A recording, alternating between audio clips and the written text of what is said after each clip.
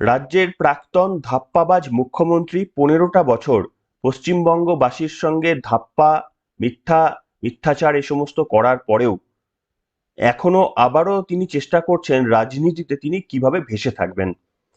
দেখুন, মমতা বন্দ্যোপাধ্যায় আগামী ২ তারিখ পোস্ট পোল ভায়োলেন্স, পশ্চিমবঙ্গে এবারে নাকি পোস্ট পোল ভায়োলেন্স, তৃণমূল কংগ্রেসীদের ওপর অত্যাচার হয়েছে, এই জন্য মমতা বন্দ্যোপাধ্যায় ধর্নায় বসছেন।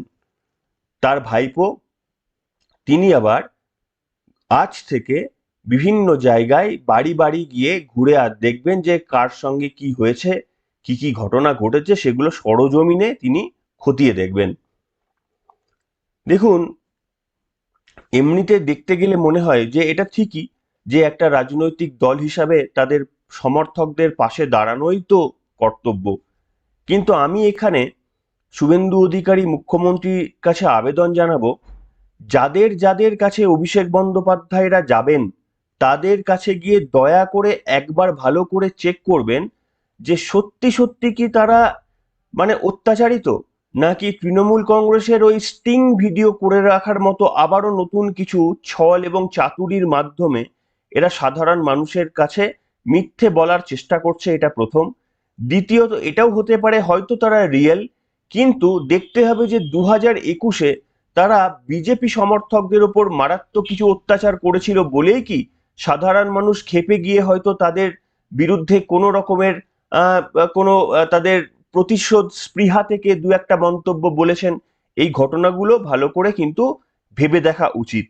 তার কারণ একজন দেশদ্রোহী রাজনৈতিক নেতৃত্ব বললেও যাকে অত্যুক্তি করা হবে না, এই রকম একজন মুখ্যমন্ত্রী, প্রাক্তন মুখ্যমন্ত্রী যদি আবারও রাজনীতির ময়দানে সক্রিয় হওয়ার চেষ্টা করেন, তাহলে পশ্চিমবঙ্গবাসী হিসাবে তাকে রাজনৈতিক ময়দান তো ছেড়েই দিন, ভারতবাসী হিসাবে তাকে কতটা মান্যতা দেওয়া যায় এই বিষয়েও ভাবার আমাদের যথেষ্টই সময় হয়েছে বলে আমার ব্যক্তিগতভাবে মতামত।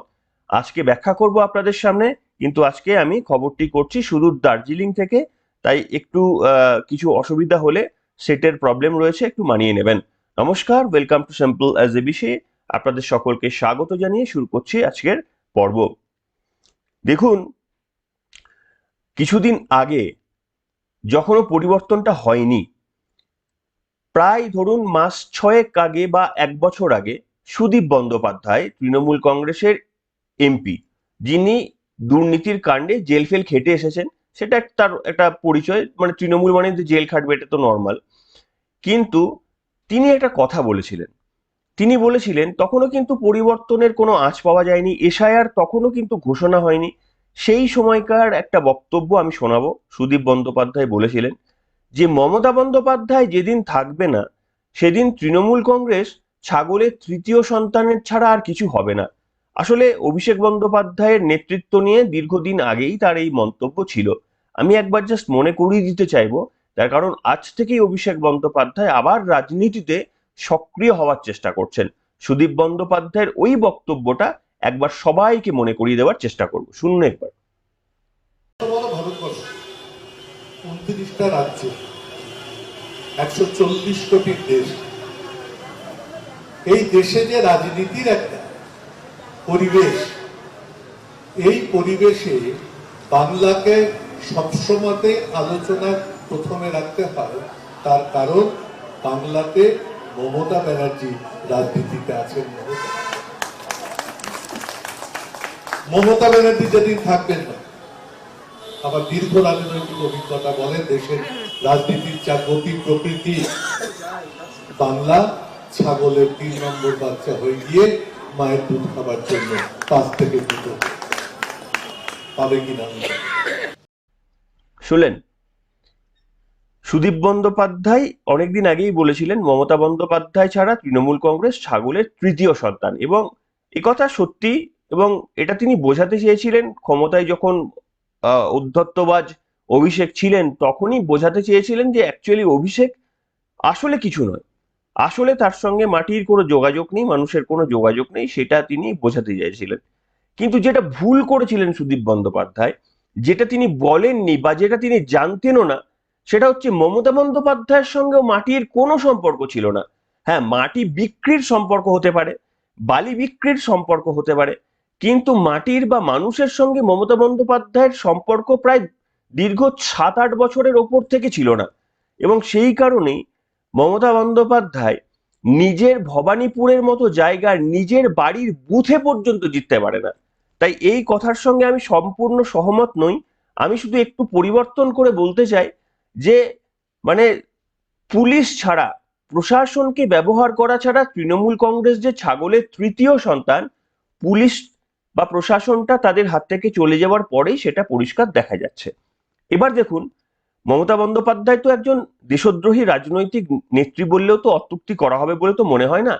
তার কারণ পশ্চিমবঙ্গকে আপনারা দেখছেন যে যেভাবে প্রত্যেকটি দিক থেকে ডোবানোর চেষ্টা করেছেন, প্রত্যেকটি জায়গা থেকে, এমনকি আপনার কি বলবো পাশের বাড়ির পুকুর থেকে পর্যন্ত সেখানের পাঁক মাটি পর্যন্ত চুরি করে এনেছেন, কিংবা আপনার পাড়ায় যদি কোনো বালির খাদান থাকে সেখান থেকে পর্যন্ত বালি চুরি করে সেগুলো পর্যন্ত বিক্রি করে দিয়ে এক তো প্রকৃতির সঙ্গে একটা ভয়ানক খেলা খেলেছেন, আর দ্বিতীয়ত সেই টাকায় তৃণমূল কংগ্রেসের একজন উপপ্রধানদের যে বাড়ির যে ছবিগুলো আমাদের কাছে আসছে, যেগুলো আপনারা সোশ্যাল মিডিয়ার পর্দায় দেখছেন, সেগুলো কার্যত মানে শাহরুখ খানের মান্নাতকে একেবারে মানে পাঙ্গা দিতে পারে একজন উপপ্রধানের সম্পত্তি এই পরিমাণে।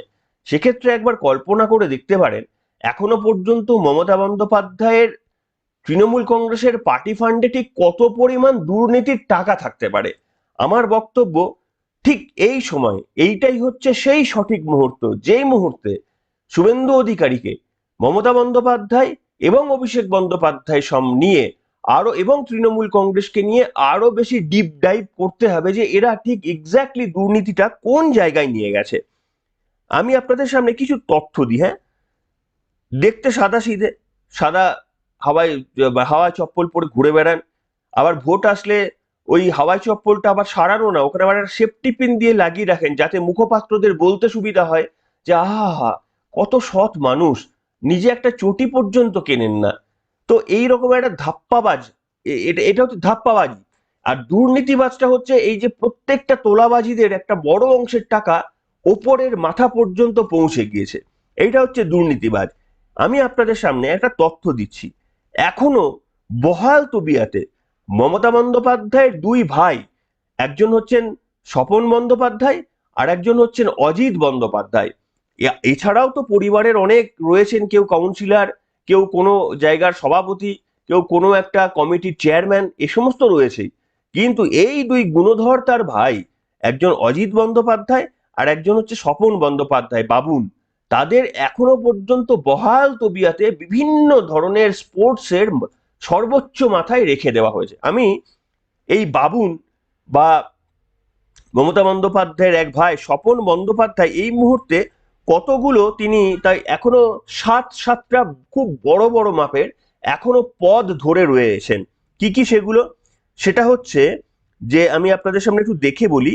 সেটা হচ্ছে বেঙ্গল স্টেট টেবিল টেনিস অ্যাসোসিয়েশনের সভাপতি পদে রয়েছেন, পশ্চিমবঙ্গ বক্সিং অ্যাসোসিয়েশনের সচিব এই স্বপন বন্দ্যোপাধ্যায়, আবার তিনি পশ্চিমবঙ্গ হ্যান্ডবল সংস্থারও সভাপতি, আবার অ্যামেচার কবাডিরও সভাপতি সচিব, এবার হচ্ছে বডি বিল্ডিং অ্যাসোসিয়েশনেরও সভাপতি মমতার এই ভাই, ক্যালকাটা স্পোর্টস অ্যাসোসিয়েশনের সভাপতি তিনি, আর 7 নম্বর হলো ক্যারাটে অ্যাসোসিয়েশন কিংবা বেঙ্গল মুখ্য উপদেষ্টা।